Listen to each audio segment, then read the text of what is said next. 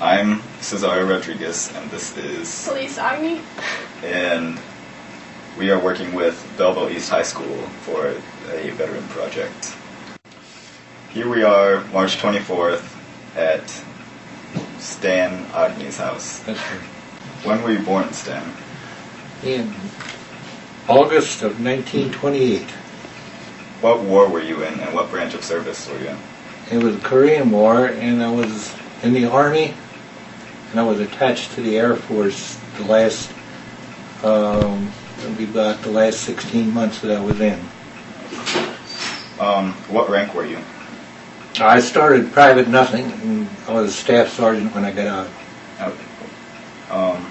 And where did you serve? I started at Fort Leonard Wood, Missouri, and then went to engineering school at Fort Belvoir, Virginia, and then I went to Korea. Okay. And were you drafted or did you enlist? I was drafted. And where were you living at the time that you were drafted? I was living on a farm south of Belleville, just down the road about a quarter mile. And do you recall like your first days in the service? Yeah, we'd went to St. Louis. That's where we were inducted.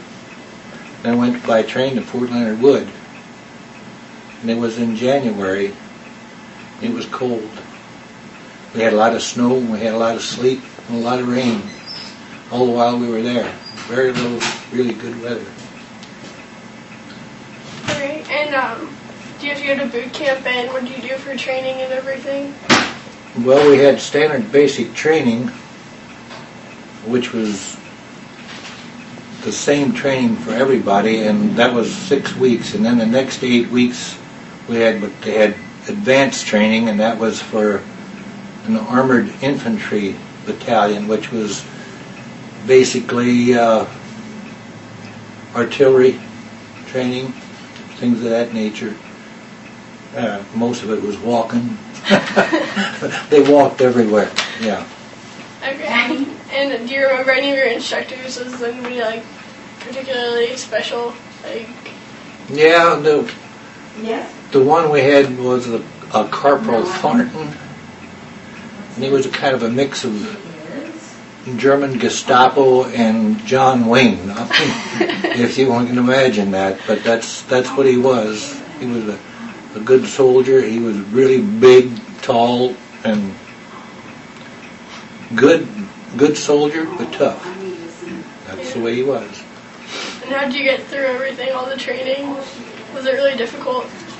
Yeah, the only bad part I had was that I got measles when I was down there. But I didn't go on sick call. I maybe made a mistake there, but I didn't want to leave the outfit because there was 51 of us from the same draft call, which incidentally was the biggest draft call out of that board ever. Even during World War II, they never had one that big.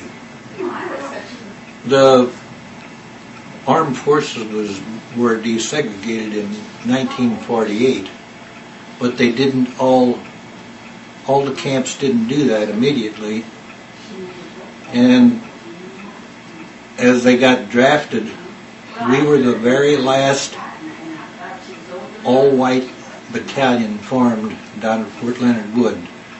Celeste's brother stayed in St. Louis because he had to have another physical examination. He came down the next morning when he went into a desegregated group. There was some colored, but we had one colored man in our outfit that got drafted, and when we got to Fort Leonard Wood, they took him off of the bus separately and put him in a black company. So we were the last white company to be formed down there. So where were you stationed during like the actual? In Korea? Do you remember where in Korea? Oh yeah. Actually, I was at a base at Taegu, I stayed there for about 2 months, and then I was transferred to Wanju, and I was there till March of '52, and then I was sent to Kang Nung. I stayed there till May, middle of May, and then I went to Kimpo Airstrip, which was near Seoul. So, and they're all set up separately in there too. What was your job or assignment during the war? Well, I was a heavy equipment operator, and that's what I went to school at Fort Belvoir for. And what we basically did, when I got to California, I was reassigned, and I was attached to the Air Force, because the Air Force in 1947, the Air Force separated from the Army. It used to be the Army Air Force, but when they separated, all the engineers stayed in the Army. And when the Korean War started, the Air Force had no engineers to build roads, to build airstrips or anything. And they formed this group that I was in. It was a Skarwolf group. It was a special category with Army. That's what the Skarwolf stood for. And that's all we did, was build airstrips, repair them, build the infrastructure around them, the roads and stuff that's necessary to operate them. What were your thoughts during most of the war? What was what? What were most of your thoughts? Mostly of getting home. And try to get through the next day. We had, actually the weather wasn't too bad. We really had like 2 weeks of really, really bad weather. The rest was pretty good. Much the same as it is here. Tolerable, but not too bad. And what were some of your locations during your experience? What was what? Some of your locations. Well, she called earlier. the first permanent assignment I had was at Daegu.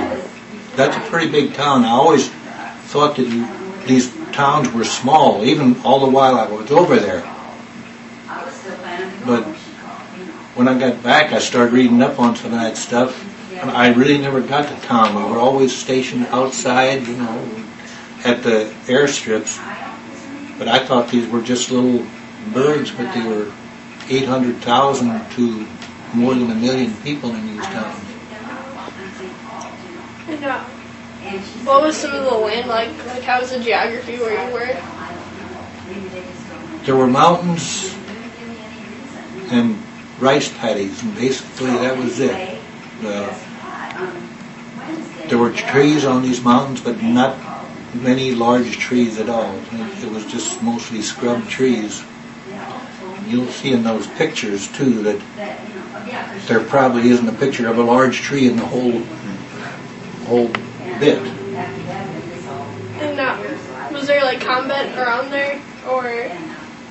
Well, they had 3 ranges, and your rotation came up 1 point, or 2 points, 3 points, and 4.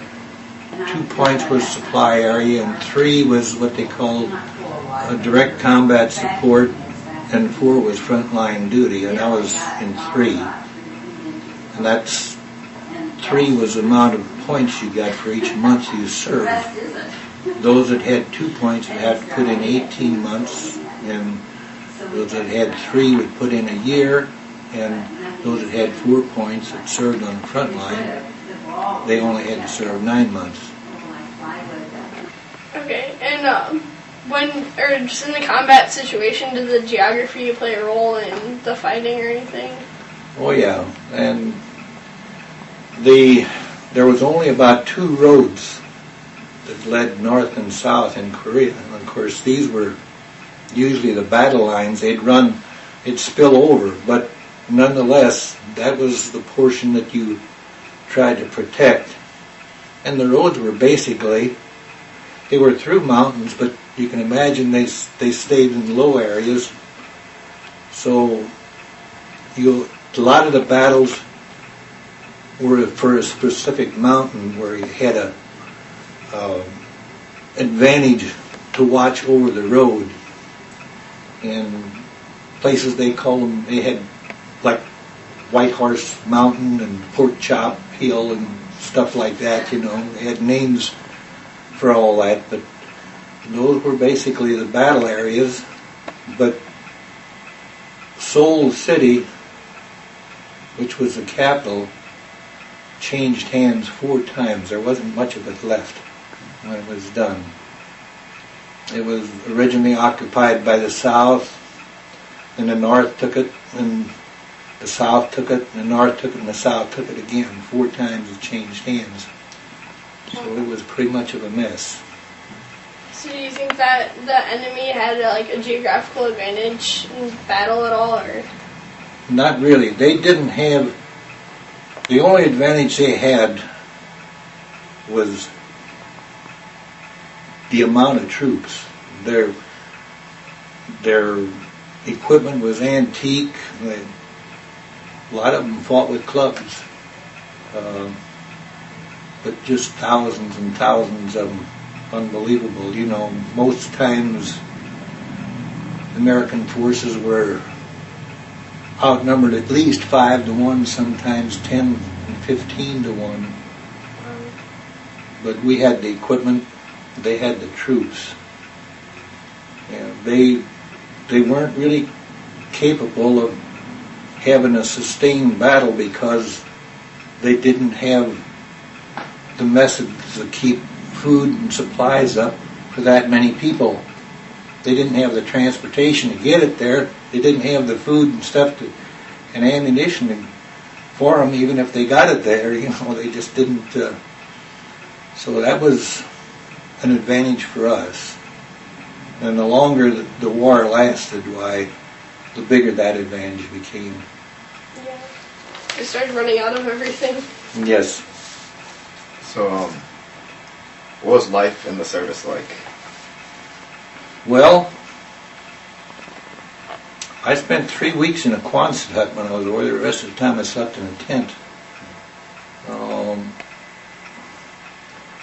Most of the time the tents had floors in them, but they were for 10 men. And they called those squad tents. There's 9 men in a squad plus a squad leader, so there was 10 men in each tent. But for about 3 weeks, we were stationed on a mountain, and that was just strictly dirt floor. There was no facilities there. No. As long as we were with the company, you'd have outside toilets where they built a building, but up there you just dug a hole, you know. There was a bathroom. You washed in the helmet for 3 weeks. That was it. You know. Got a picture of it. It's pretty desolate. You'll see that in there. How did most people entertain themselves? Well, there really wasn't much. The biggest entertainment was probably they had the American Armed Forces radio service over there, and to listen to the radio, they played a lot of country music, a lot of modern music, but that was a big entertainment. I think I saw 2 movies while I was over there, and got to a place where they had a metal shed big enough to give one of those movies. Do you remember what they were? I don't really remember what the movie. I guess I should, but I don't. We did have Danny Kaye come over there. I was with you probably don't remember him, but he was a movie comedian, but he came over. He also done a good job of singing. But there was just him and a girl and about 4 musicians. But they put on shows for just thousands of people at a time. They'd set up a little stage and everybody just line up on a mountainside, and that's where you were sitting. And they had entertainment, yeah. How did you stay in touch with your family? Well, I wrote letters home every day, except for when I was actually on the move. But I wrote a letter to somebody every day. Mostly I'd write to Celeste probably 6-7 times a week, and then to one of my brothers or sisters or my mother, I'd write every week, you know. Sorry. That took up a lot of my time as far as entertainment goes. So, Do you have any big stories that you remember, Main ones that stick out in your mind. well, you call almost getting hit by airplanes stories. Yeah, a couple of those. I had one that crashed that stopped within 60 feet of where I was. And that was a little harrowing. And there was quite a few of them crashed where I was. And 2 of them were pretty close calls. So, and most of the time, if I had any close calls, that's what it came from our own airplanes, not from somebody else's. We had no trouble with enemy airplanes coming over. They just didn't want to have anything to do with our Air Force. We would go up there every day, but they didn't come back. And Grandma said something about how you got locked in a railroad car for 3 days or something. 4. Really? Yeah, 4 days I was locked in it, yeah. How did that happen? Well, they put me on guard at that's where I was Pusan. I went on a temporary duty, and I went on that car about 3 or 4 o'clock in the afternoon, and they were supposed to come and relieve me at 8 o'clock. I was just supposed to be on there 4 hours, but in the meantime, they moved the freight car in the freight area. And they came down there, the car was gone until they supposed that I had left. But I wasn't, I was still there, and so I had to sleep in that car that night. And this was in late October or early November. I'm not sure which. But I did have my overcoat, and they had all kinds of burlap in it, so I decided to stay in the car overnight. And somebody came and locked the door from the outside while I was there. So all the while that the car was in transport, I was locked inside of it, and nobody around, you know. The car would stop somewhere. I didn't know where I was, but it would stop somewhere. They only had one track, so the train would have to pull off on the side rail to let another one come by, and then and the trains were very slow. I mean, about 15 miles an hour was top speed. So it took me 4 days to get to where I was going, but when I got back to Tegu, I did make a phone call back to the company. That's where they were stationed, to get some relief. That was the 3rd night. They said, well, they'll send somebody right out there. Well, they didn't get there in time. I did get out of that car, by the way.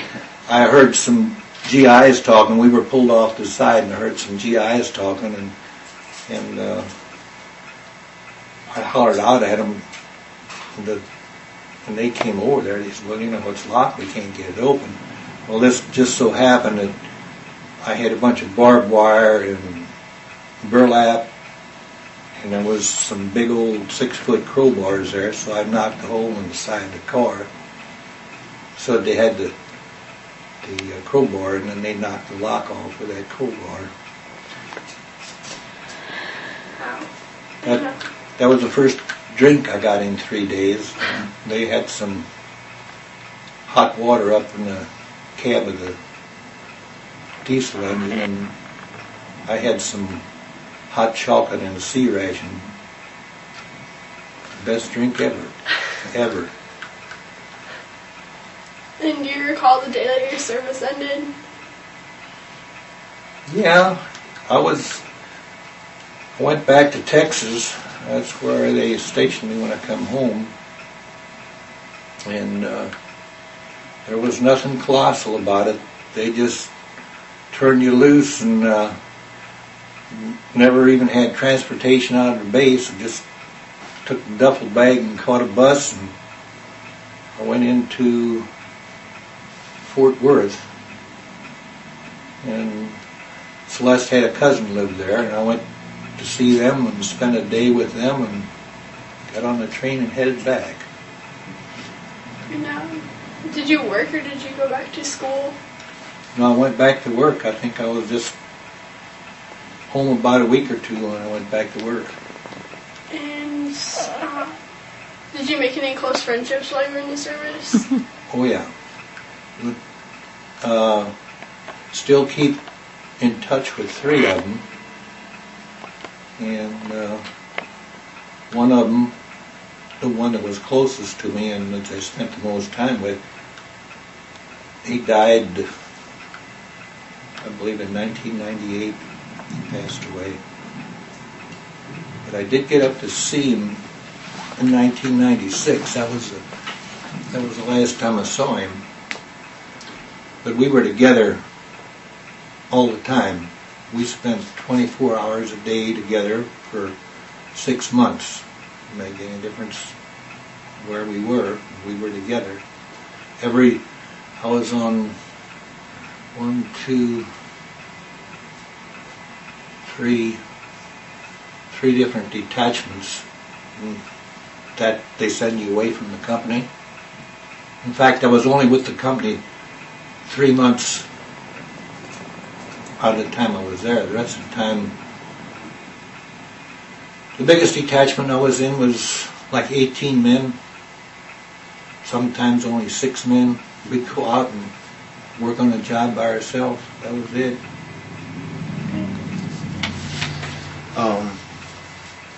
So what did you do after the war? What was your career? Oh boy. I had a lot of different jobs. I worked for a farm equipment dealer till 1958. And then I worked as a parts manager for a Lincoln Mercury dealer for 5 years. In 5 years I was a representative for a paint company, and after that I went into roofing sales, and I stayed in that the rest of the time, 21 years in that. How did your military experience influence the rest of your life? Well, the way it really influences was that I always wanted to do what I did back in the service, but I was never able to get a job. The engineers were very, very difficult to get into, and I could only get part-time work, and I couldn't afford to do that. I couldn't afford to just work 2 days a week, or just whenever if I could have gotten a union, that'd have been fine, but I could never crack that, so I just had to let it sit. But I'd sooner rather do that than anything. Do you attend any reunions? They do have a reunion every year for Scarwoff people, but I've looked over the roster, and they have them all over the country, but I've never seen anybody that attended from our company, so I've never bothered to go. So what was your best memory of your service? Probably getting out. You know, the thing about it is, And I've told the kids that there's certain things that you never forget. When we left Tokyo on the boat, the minute they sound that whistle, that, you know, you're going home.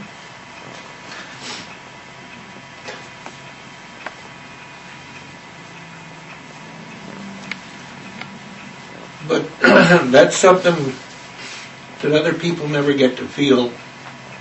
In the same way when you come in and see that Golden Gate.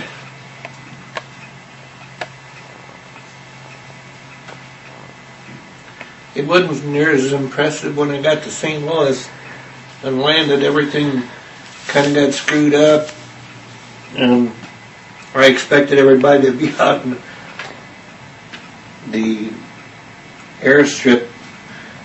You got to understand that the airplanes just landed out in the field, and there was no area there that you came in, no gates or anything. You walked off the airplane with steps, and the people come out to see you right where the airplane landed, you know. So, at any rate,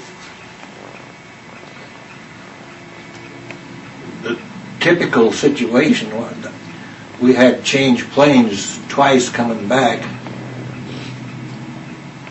and they missed the first exchange at Texas. They missed the second one at Kansas City. So they're waiting there at the airport. I was supposed to get in at 11 o'clock, and I think it was like 1 when I finally got there. And there was nobody out there to meet the plane. I got off the plane, there wasn't a single person out there. But I went into the building, and there's a picture in there of the building. There was nothing there. It was just I'd compare it to a building about the size of the Central High School used to be, or Central Grade School used to be out on South Illinois Street. You just walked in there, and that was the whole compound over there. But there was Celeste and Mom and a bunch sitting on a wooden bench, you know, just waiting for my flight to come in. And they're looking for a flight from California, and I'm coming in from Kansas City. They don't know it.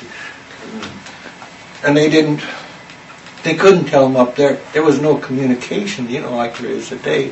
They didn't know where I was either. So there was a little confusion there, but then we got together. But they were more surprised, you know. I guess that kind of took them off guard a little bit. Is there anything else you'd like to add to this interview?